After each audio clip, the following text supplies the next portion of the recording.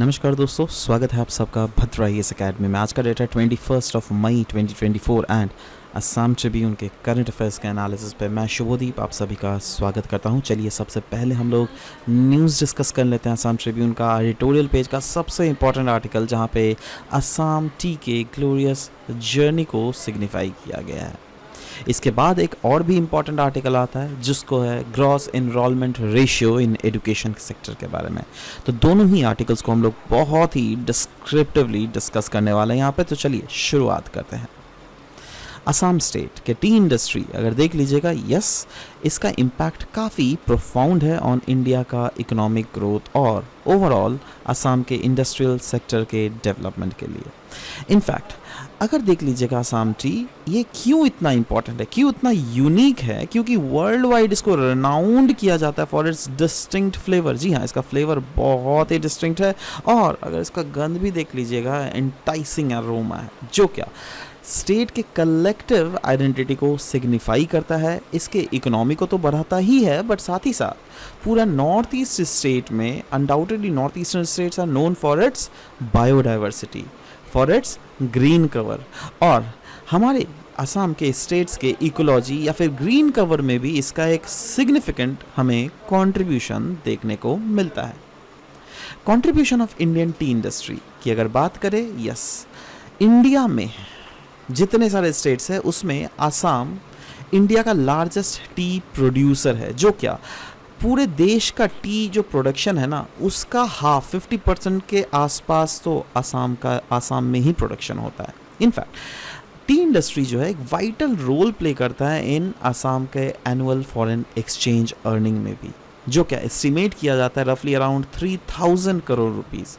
Historical अगर significance की बात करें टी की, तो यस, ब्रूस ब्रदर्स, जिसमें Robert Bruce and Charles Bruce ने डिस्कवर किया था अपर असम में वाइल्ड टी प्लांट्स को, जब वो 1823-24 में मर्केंटाइल एक्सप्लोरेशन कर रहे थे, और इस डिस्कवरी ने कहीं ना कहीं टी ट्रेड को रिवोल्यूशनाइज कर दिया, जिसमें ब्रिटिशर्स की जो रिलायंस है on China for T cultivation वो कहीं ना कहीं घट गया, और इवेंचुअली धीरे धीरे इंडिया के ऊपर टी के कल्टीवेशन के रिलायंस जो है धीरे धीरे बढ़ गया। तो ओवरऑल अगर असम टी का जर्नी देख लीजिएगा, अनडाउटेडली ब्रूस ब्रदर्स का एक बहुत ही इंपॉर्टेंट एंडेवर है to produce this, but yes, साथ ही साथ रॉबर्ट ब्रूस को गाइड किया गया था भाई मनीराम दीवान जी के द्वारा, जिससे इन्होंने लर्न किया about wild tea plants from Singpho chief बिसागांव, और चार्ल्स ब्रूस ने जो है कंटिन्यू किया उनके ब्रदर रॉबर्ट ब्रूस के लेगेसी को, और फाइनली 1837 में इन्होंने सबसे पहला tea garden at Chabua establish किया। रिकॉग्निशन एंड एक्सपेंशन ऑफ अगर असम टी के बारे में बात करें, तो यस, असम टी ने अनडाउटेडली इंग्लैंड में तो काफ़ी ज़्यादा रिकॉग्निशन गेन किया, जिसके कारण उनके डिमांड्स भी बढ़ने लग गई, और इसी के कारण 1839 में असम कंपनी को इस्टेब्लिश किया गया, और फाइनली जॉर्ज विलियमसन जो है इन्होंने फर्दर एक्सपैंड किया इस इंडस्ट्री को with the founding of Jorhat T company in the year 1859। So overall इस आर्टिकल में ट्रिब्यूट दिया गया है वेरियस पायोनियर्स को इस सेक्टर में, और मेन पायोनियर वाज मनीराम दीवान जी के बारे में। इस पिछले बार आपको देखा था मेंस में क्वेश्चन भी आया था, राइट। सो मनीराम दीवान, इनका एक पायोनियर एफर्ट था इन टी कल्टीवेशन। इनफैक्ट इनकी ट्रैजिक और एंड जो हुई ना सिपॉय म्यूटिनी के दौरान, इसके कारण इनको रिकॉग्निशन इंडिया में दिया जाने लगा as martyr of Indian tea post independence. In fact अगर मनीराम दीवान जी ने ऐसे काम किया जिसके कारण असम के वेरियस अदर एंटरप्रेन्योर्स ने भी काफ़ी ज़्यादा सीखा, जैसे जगन्नाथ बरुआ, जानकी देवी बौर ठाकुर, इन्होंने ये भी ऑफ कोर्स टी प्लांटेशन में वेंचर इन्होंने किया, और फाइनली किनके द्वारा इंस्पिरेशन इनको मिली थी, यस, मनीराम दीवान जी के द्वारा, जिनको martyr of Indian tea post independence बोला जाता है। तो ओवरऑल इस आर्टिकल में यही बोला गया है दैट देखो, जब ये सब सारे एस्पेक्ट्स हम लोगों ने देखा, इससे हमें क्या दिख रहा है दैट यस, असम टी की अगर बारे में बात करें, यस, एक असम का एक आइकॉनिक लैंडस्केप को बनाता है, जिसके कारण हमें भी इंश्योर करना पड़ेगा दैट आने वाले समय में असम में जितने सारे टी गार्डन्स हैं okay, pattern me guys. So basically हम लोग ये बोल रहे थे दैट आने वाले समय में असम के टी इंडस्ट्री को हमको फोकस करना चाहिए, जिससे अनडाउटेडली ये असम में बूम अप तो हो ही सके, बट साथ ही साथ टी इंडस्ट्री सस्टेनेंस में भी इम्पॉर्टेंट हो सके, राइट। और यही चीज़ यहाँ पर भी बताया गया दैट स्टेट का जो टी इंडस्ट्री है अनडाउटेडली इंडिया के इकोनॉमिक ग्रोथ के ऊपर इम्पैक्ट डालता है, और अगर हम टी इंडस्ट्री को और भी ज़्यादा इसको प्रमोट करें तो अच्छा ही होगा Assam as well as Indian economy के लिए भी। नेक्स्ट हम लोग बात करेंगे लो ग्रॉस इनरोलमेंट रेशियो के बारे में। देखो क्या होता है ना, ये है क्या, पहले तो बात तो gross enrolment ratio in higher education ये क्या है।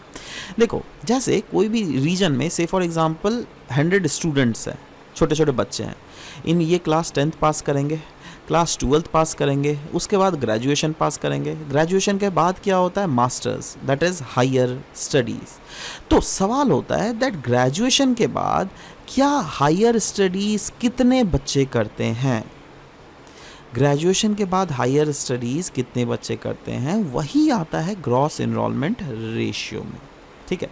तो अगर सोचो 100 बच्चों ने तो ग्रेजुएशन किया, बट क्या 100 बच्चे हायर एजुकेशन कर रहे हैं? नो, से फॉर एग्जांपल से 40% कर रहे हैं, तो इसका ग्रॉस इनरोलमेंट रेशियो कितना हो गया 40%, क्योंकि अल्टीमेटली ग्रेजुएशन तो इन्होंने किया ना, इसके बाद तो ये लोग और फिर हायर एजुकेशन में इनरोल नहीं कर रहे, सिर्फ 40% ही कर रहे हैं, राइट। तो यहाँ पे बताया गया है दैट अगर आसाम में देख लीजिएगा इनरोलमेंट रेशियो बहुत ही कम है, और इस चीज़ को हमको ठीक करने का ज़रूरत है।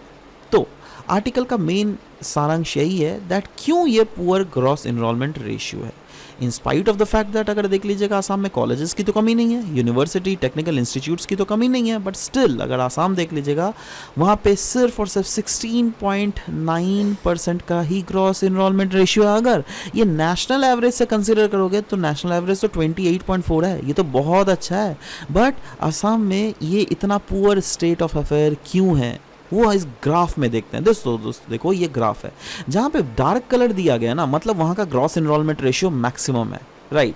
और वो सबसे ज़्यादा कहाँ है, वो है तमिलनाडु, राइट। बट जहाँ पे बिल्कुल लाइट है वहाँ पे बहुत कम है, जैसे जम्मू कश्मीर, जैसे असम, जैसे Bihar. Can you see that, यहाँ पे ग्रॉस इनरोलमेंट रेशियो बहुत कम है। और अगर ग्रॉस इनरोलमेंट रेशियो का अगर हम डेटा देखें मेल फीमेल और बोथ दोनों को कंपेयर करें तो ओवरऑल देखो 2018 से 2019 में ग्रॉस इनरोलमेंट रेशियो थोड़ा बढ़ा, ओवरऑल 2020 को सबसे ज़्यादा था। ये उस समय फेज था जब चल रहा था कोविड, राइट। बट उसके बाद फिर से फेज घटा और फिर से थोड़ा सा बढ़ा।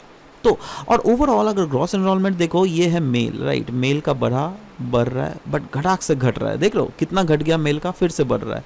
बट वहीं पर फीमेल की अगर बात करें ग्रॉस एनरोलमेंट रेशियो का, तो फीमेल का यहाँ पर देखो, फीमेल का यहाँ से घटा, कैन यू सी दैट, फिर से बढ़ा, फिर से घटा और फिर से कंटिन्यूसली घट ही रहा है। तो ये ट्रेंड लेकिन बहुत ही सोचने वाली ट्रेंड है, बहुत ही नेगेटिव ट्रेंड है जो कि हमको यहाँ पर देखने को मिल रहा है males as well as females का, राइट। इसी के कारण क्योंकि ग्रॉस एनरोलमेंट रेशियो ही कम है, इसीलिए एजुकेशनल क्वालिटी भी अगर देख लीजिएगा इंडिया में बहुत ही नेगेटिवली इम्पैक्ट होता हुआ हमको दिख रहा है।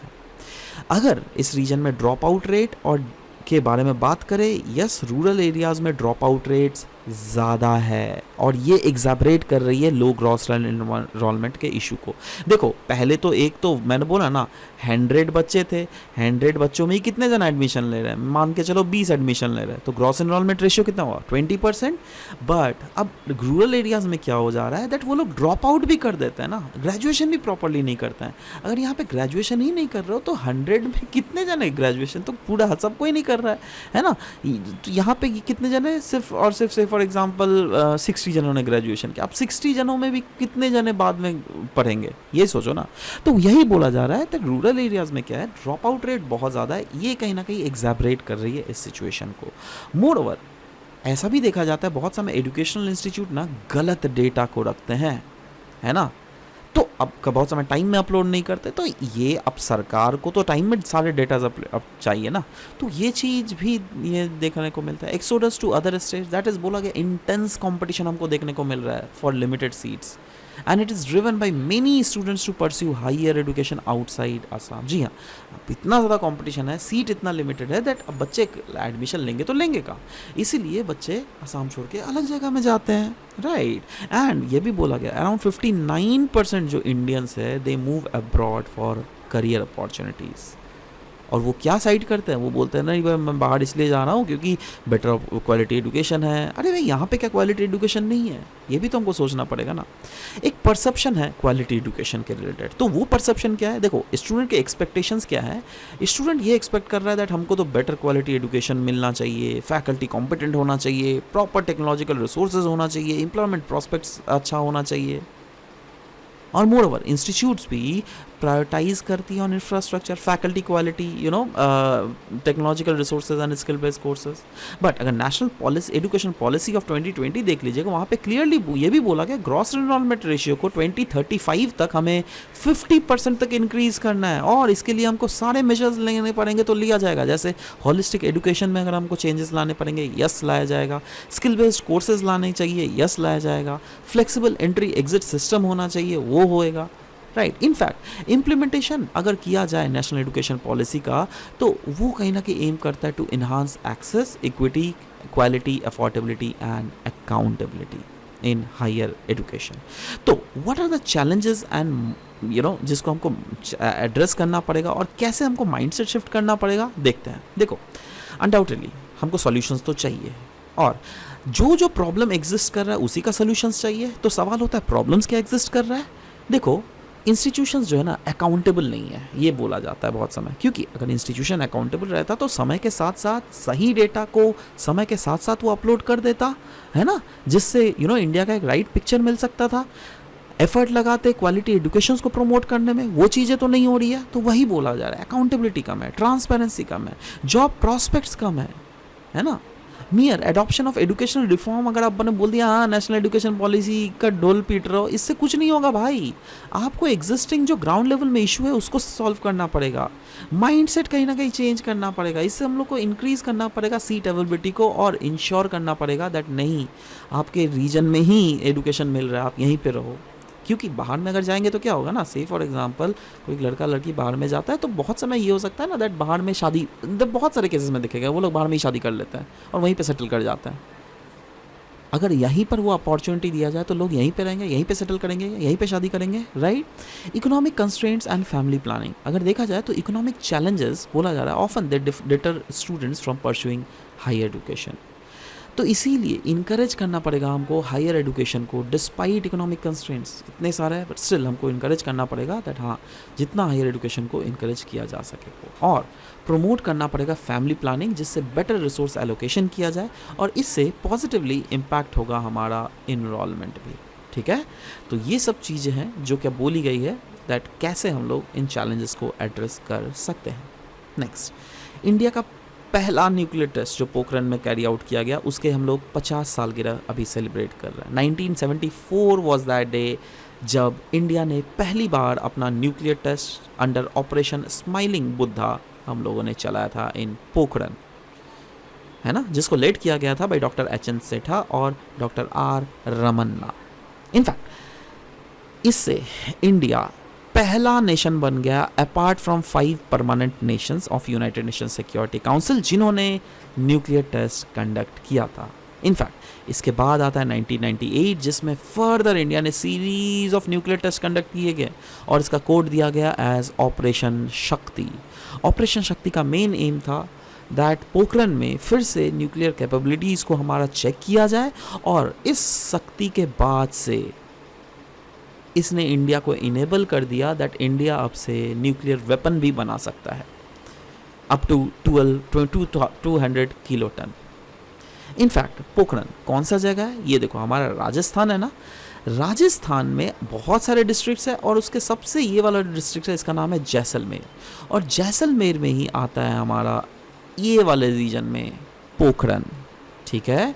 तो इंडिया का जो न्यूक्लियर डॉक्ट्रिन है वो भी एम्फेसाइज कर रहा है क्रेडिबल मिनिमम डिटरेंट, जिससे इंडिया सब समय एडहेयर करती है to the policy of first no use policy, और साथ ही साथ मेंटेन करती है civilian political control over nuclear retaliation. That is जैसे पाकिस्तान की आर्मी डिसीजन लेती है ना, वैसे यहाँ पर जो है हमारी गवर्नमेंट जो क्या लोगों के द्वारा सेलेक्ट किया जाता है, वो लोग डिसीजन लेते हैं of what to do and what not to, right. तो ये रहा आज का यहाँ पे डिस्कशन। आई होप दैट बहुत चीज़ें नई नई चीज़ें आपने यील्ड की होंगी इस डिस्कशन से। मिलते हैं आप सबके साथ नेक्स्ट क्लास में। Till then bye bye, take care and thank you for listening to the whole video. Thank you very much guys.